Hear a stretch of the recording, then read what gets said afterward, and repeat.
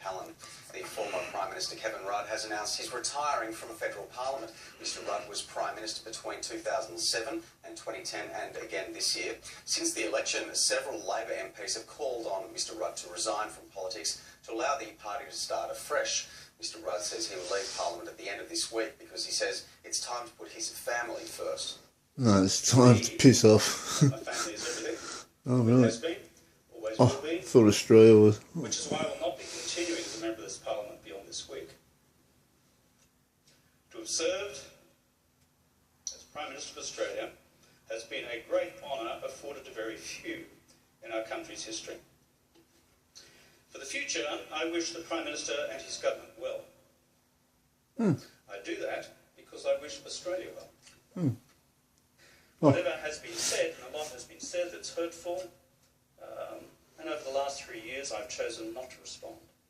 I bear no one in this place any malice. Life is far too short for that. It is time, however, for the baton unequivocally to be passed to others.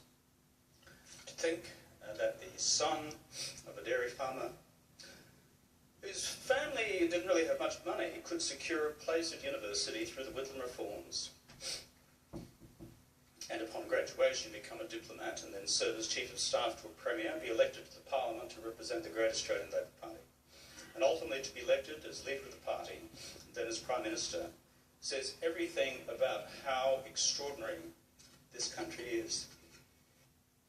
And so, having said all of that, on this final occasion of Parliament, Did he have a birth certificate? Officially recording the classics for occasions such as this, it really is time for me to zip. See you, Kev.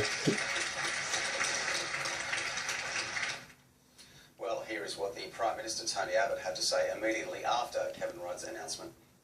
It is a significant moment in the life of this Parliament to lose someone who has been one of the big figures in this Parliament and one of the big figures in the life, the public life of our country over the best part of 2 decades. So, as a political opponent, but as someone who has known the member for Griffith quite well for a long time.